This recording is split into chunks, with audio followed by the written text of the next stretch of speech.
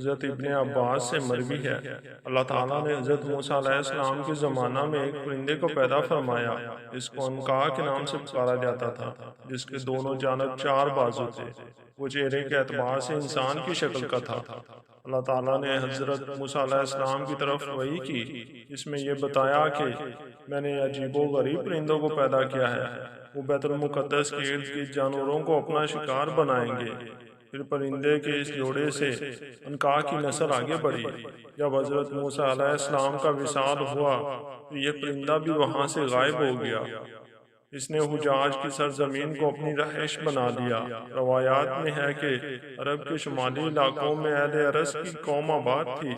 اہل ارس کے علاقے میں ایک بہت ہی بڑا پہاڑ پایا جاتا تھا جس کو مفت کے نام سے جانا جاتا تھا۔ اس پہاڑ میں بے شمار پرندے اور جانور موجود تھے۔ ان پرندوں میں عنقا پرندہ بھی موجود تھا۔ یہ پرندہ سال بعد اس پہاڑ سے باہر نظر آتا۔ یہ پرندوں اور جانوروں کا شکار کر کے اپنا پیٹ پالتا۔ ایک دفعہ عنقا کو کئی مدت تک کوئی کھانے پینے کو چیز نہ ملی۔ وہ پرندہ اپنی بھوک مٹانے کے لیے انسانوں کی آبادی میں آ گیا اور ایک بچے کو اٹھا کر آسمان کی طرف لے گیا۔ اس کے بعد ایک لڑکی کو اٹھا کر چلا گیا۔ ان دنوں اللہ تعالیٰ نے ایک نبی کو مبعوث کیا تھا، ان کا نام حنظلہ علیہ السلام تھا۔ حنظلہ بن صفوان ایک پیغمبر تھے جنہیں بعض روایات کے مطابق اللہ تعالیٰ نے اصحاب ارس کی جانب بھیجا تھا۔ گو کہ ان کا تذکرہ قرآن و حدیث میں صراحتاً موجود نہیں، تاہم ابن کثیر نے اپنی کتاب قصص الانبیاء میں اس کا ذکر کیا ہے۔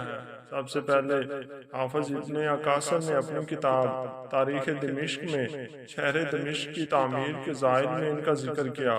وہ لکھتے ہیں کہ اللہ تعالیٰ نے حنظلہ بن صفوان کو اپنا پیغام دے کر اصحاب ارس کے پاس روانہ کیا، لیکن انہوں نے اپنے پیغمبر کو جھٹلایا اور انہیں قتل کر دیا۔ بعد ازاں عاد بن اوس بن ارم بن سام بن نوح اپنی اولاد کے ساتھ یہاں سے کوچ کر گئے۔ اہل اعقاف نے سکونت اختیار کی۔ اللہ تعالیٰ نے اصحاب ارس کو ہلاک کر دیا۔ عربی میں عنق گردن کو کہتے ہیں، کیونکہ اس پرندے کی گردن لمبی تھی، لہٰذا اس نسبت سے اسے عنقا کہتے ہیں، جبکہ فارسی میں اسے سمرغ کہنے کی وجہ یہ ہے کہ اس میں 30 پرندوں کی خوبیاں پائی جاتی ہیں۔ ہندی میں اس کے لیے امر پنچھی یعنی سدا زندہ رہنے والا پرندہ ہے کہ یہ مر کر دوبارہ جی اٹھتا ہے۔ اس کی اوسط عمر 1000 سال تھی۔ ناظرین گرامی، جب اس پرندے نے انسانوں کو اٹھانا شروع کیا تو لوگوں نے عنقا کی شکایت حضرت حنظلہ علیہ السلام سے کی۔ اس وجہ سے حضرت حنظلہ بن صفوان علیہ السلام نے عنقا کے لیے بد دعا کی۔ اللہ تعالیٰ نے پیغمبر کی دعا کو قبول کرتے ہوئے عنقا پر آسمانی بجلی نازل کی، جس کی وجہ سے عنقا برباد ہو گیا۔ اس دن کے بعد اس نسل کا کوئی بھی پرندہ دنیا میں دیکھنے کو نہ ملا۔ مفسرین لکھتے ہیں کہ اہل ارس کو ارس اس لیے کہتے ہیں کہ وہ جس علاقے میں آباد ہوئے تھے وہاں ایک کنواں تھا۔ یہ کنواں قوم شمود نے کھدوایا تھا۔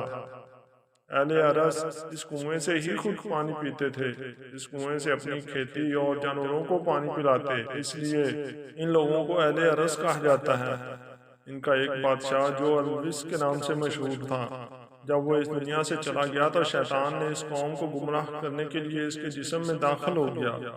اہل ارس نے اپنے بادشاہ کے جسم سے یہ آواز سنی کہ میں نہ کھاتا ہوں اور نہ ہی مجھے موت آئے گی، میں ہی تمہارا معبود ہوں۔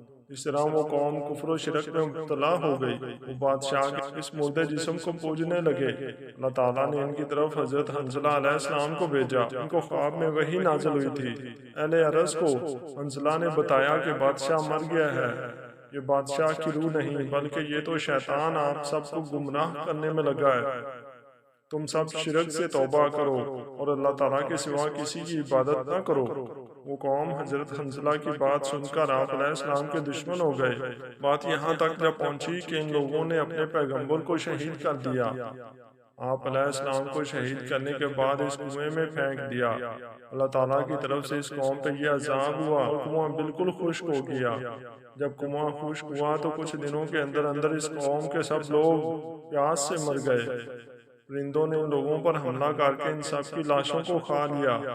اس طرح اہل رس کا یہ علاقہ سنسان اور ریگستان میں تبدیل ہو گیا۔ عنقا پرندہ بہت ہی عجیب و غریب اور دور دراز پرواز کرتا تھا۔ کتابوں میں ملتا ہے کہ عنقا سورج کے قریب ہونے کے مقام پر پایا جاتا تھا۔ جسم و جسامت کے اعتبار سے یہ پرندہ بہت ہی بڑا ہوتا تھا۔ یہ ہاتھیوں کو اس طرح اٹھا کر لے جاتا جیسے چیل اپنے شکار کو بڑی آسانی سے اٹھا لے جاتی ہے۔ عنقا جب آسمان کی طرف پرواز کرتا تو اس کے پروں سے ایسی آواز آتی جیسے کہ آسمانی بجلی گرج رہی ہو۔ یہ پرندہ کئی 100 سال تک زندہ رہتا۔ یہ سب پرندوں سے خوبصورت پرندہ تھا۔ بعض مفسرین کا خیال ہے کہ عنقا صرف ایک افسانوی پرندے کا نام ہے، لیکن بہت ہی قدیم کتابوں میں کہانیوں میں عنقا کا ذکر مختلف ناموں سے ملتا ہے۔ قدیم مصر کی تاریخ میں عنقا کو بینو نام سے جانا جاتا ہے، جس کی مثال مصر کے قدیم کھنڈرات میں نظر آتی ہے۔ کہا جاتا ہے کہ قدیم مصر میں عنقا کا ایک مندر بھی موجود تھا، جس مندر میں عنقا سال کے بعد چکر لگاتا تھا۔ ہندو مذہب میں عنقا سے ملتا جلتا ایک پرندہ گرودا کے نام سے مشہور ہوا، جسے دیوتاؤں کی سواری مانا جاتا ہے، جو اس کائنات میں اڑنے کی صلاحیت رکھتا تھا۔